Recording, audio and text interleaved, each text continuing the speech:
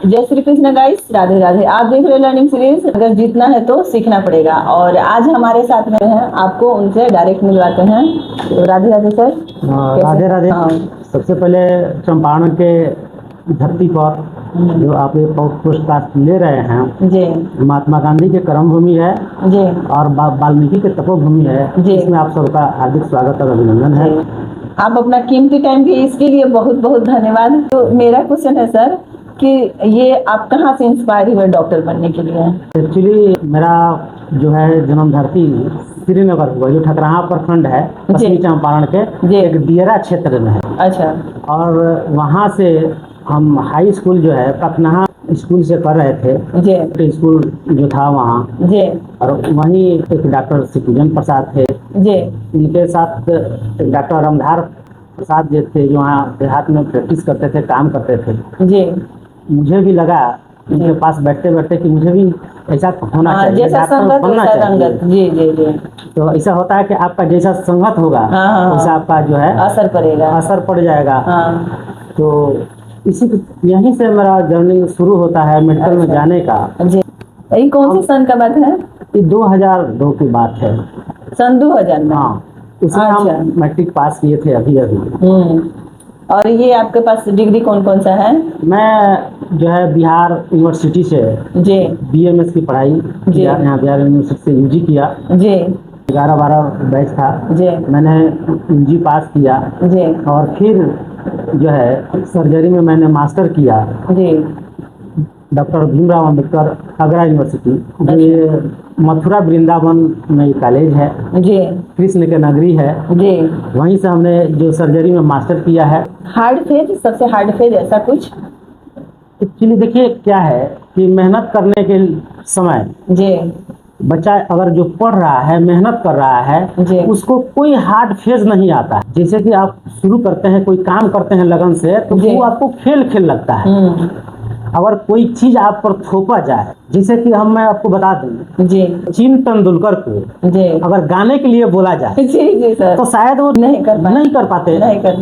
और लता मंगेशकर को क्रिकेट खेलने के लिए कहा जाए तो शायद वो नहीं कर पाते। तो ऐसा बात है कि अगर हम जी या हमारे बच्चे जिस फील्ड में रुचि रखते हैं जी उनको उसी तरह जो है पुश किया जाए, उनको थोड़ा सा प्रोत्साहन दिया जाए और बढ़ाया जाए तो मुझे लगता है कि उसमें बहुत अच्छा कर जाए। मतलब ऐसा कभी नहीं हुआ कि ऐसा लगे कि नहीं छोड़ देना चाहिए, ये फील्ड में नहीं जाना चाहिए, ऐसा कभी नहीं? नहीं, हमने मेडिकल प्रोफेशन को जो है उसको इसमें रुचि रखा, इसलिए मुझे कोई हार्ड फेज नहीं लगा। जी बोल रहे हैं कि आजकल हेल्थ में सबसे बड़ी मिस्टेक क्या कर रहे हैं लोग? देखिए लोग हेल्थ में सबसे बड़ी जो है मिस्टेक कर रहे हैं, कोई भी अगर छोटा से छोटा बीमारी जो है आ रहा है तो उसको लोग सीरियस नहीं ले रहे हैं। अच्छा।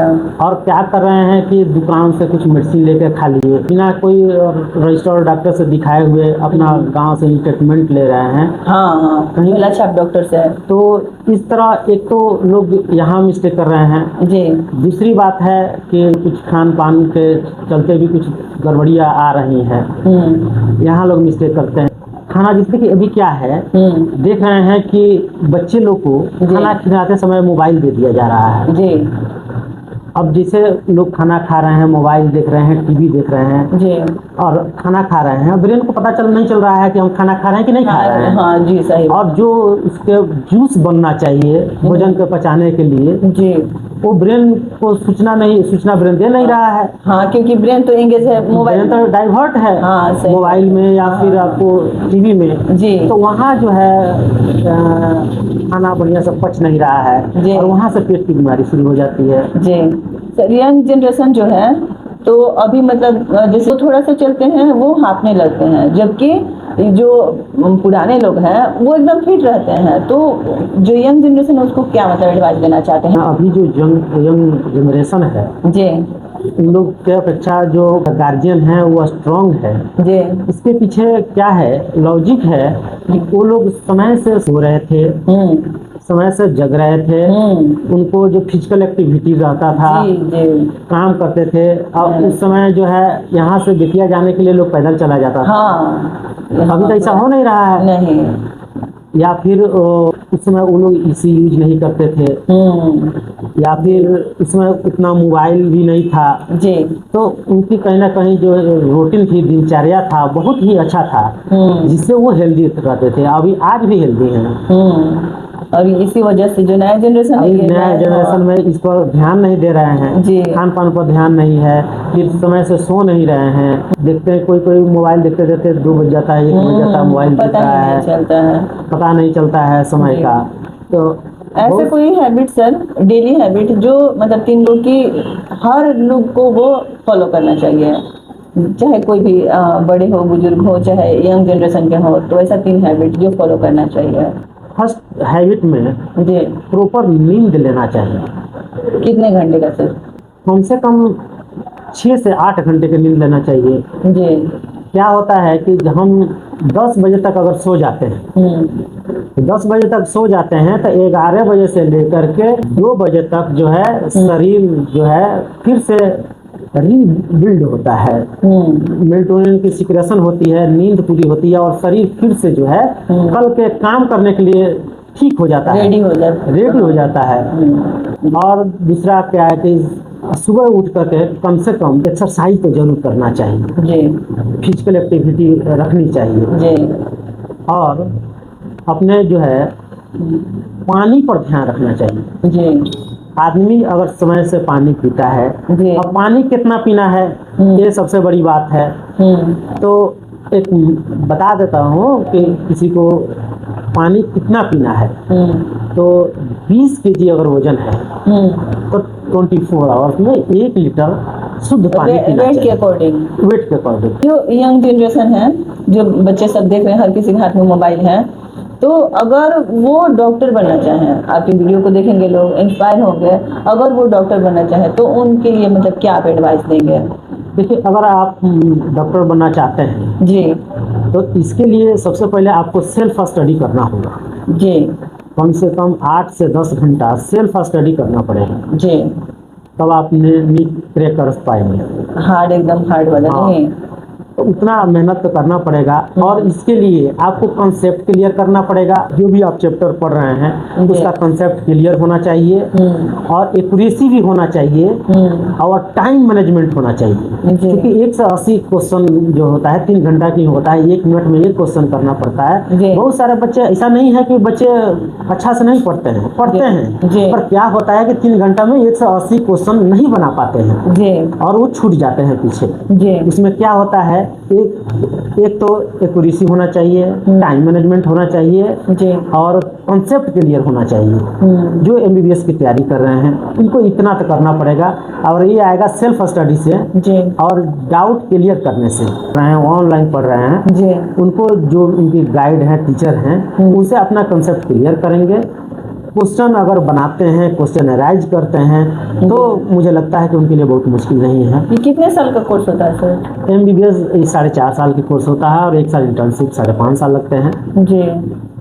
अच्छा, जो ये है, जो नया जनरेशन का है, उसको अगर मेंटली ये करना है, अपने आप को ये करना है, तो फिर आप बोल रहे हैं कि नींद भी पूरा करना है उसको 7-8 घंटे का, फिर मेहनत भी करना है, तो फिर कैसे ये मैनेज कैसे होगा सर? मैंने आपको बताया कि मतलब 6 से 8 घंटा नींद लेना है, यानी 10 बजे से लेकर के आप 6 घंटा जोड़िए तो कितना होता है, 4 बजे तक होता है जी।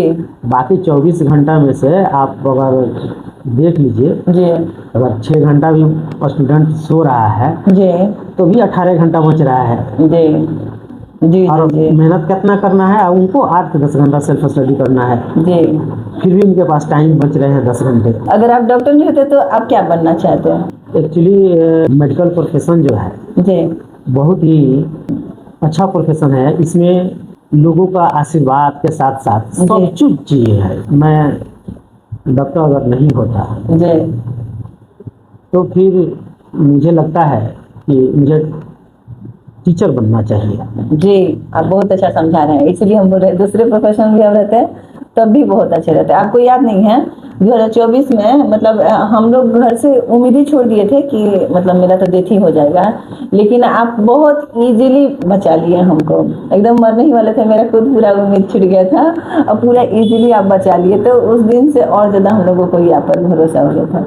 सर ये थोड़ा सा है कि फास्ट जो फूड होता है जो बॉडी को डैमेज करता है, तो बच्चों को जो हम लोग खिला रहे हैं तो किस तरह से मतलब ये उसका खराबी कर रहा है? फास्ट फूड है वो हमारे जो है हेल्थ के लिए बहुत ही खतरनाक है जी। एक तरह का जहर बोल सकते हैं जी। पिज्जा हुआ, बर्गर हुआ, चाउमीन हुआ, पास्ता हुआ, इस टाइप के जो फास्ट फूड है वो हमारे हेल्थ के लिए बहुत ही खराब है। जिसे हम खाते हैं अंदर जाता है, पचता नहीं है, उसरता है, और वहाँ क्या होता है कि हमारे लीवर को डैमेज, पच करके जाएगा, लीवर डैमेज करेगा, किडनी डैमेज करेगा। आप देख रहे हैं छोटे छोटे बच्चे को 10 साल 12 साल का बच्चा आ रहा है अचानक सा, देख रहे हैं उसका किडनी फेल्योर की तरफ जा रहा है। तो ये सब फास्ट फूड का ही देन है। तो इस पर जो है गार्जियन को थोड़ा सतर्क रहना चाहिए और फास्ट फूड खाने से बचना चाहिए। बच्चे को घर में आप हेल्दी डिश बना सकते हैं, आप दूध से डिश बना सकते हैं, या फिर आप घर में आटा चावल जो भी है उससे भी बच्चे के लिए जो है डिश बना सकते हैं, दे सकते हैं और खिला सकते हैं। ठीक है सर, तब बहुत बहुत धन्यवाद, इतना कीमती समय दिए, और फिर से अगर ये होगा तो अपना समय दीजिएगा। बहुत अच्छा लगा, बहुत बहुत धन्यवाद।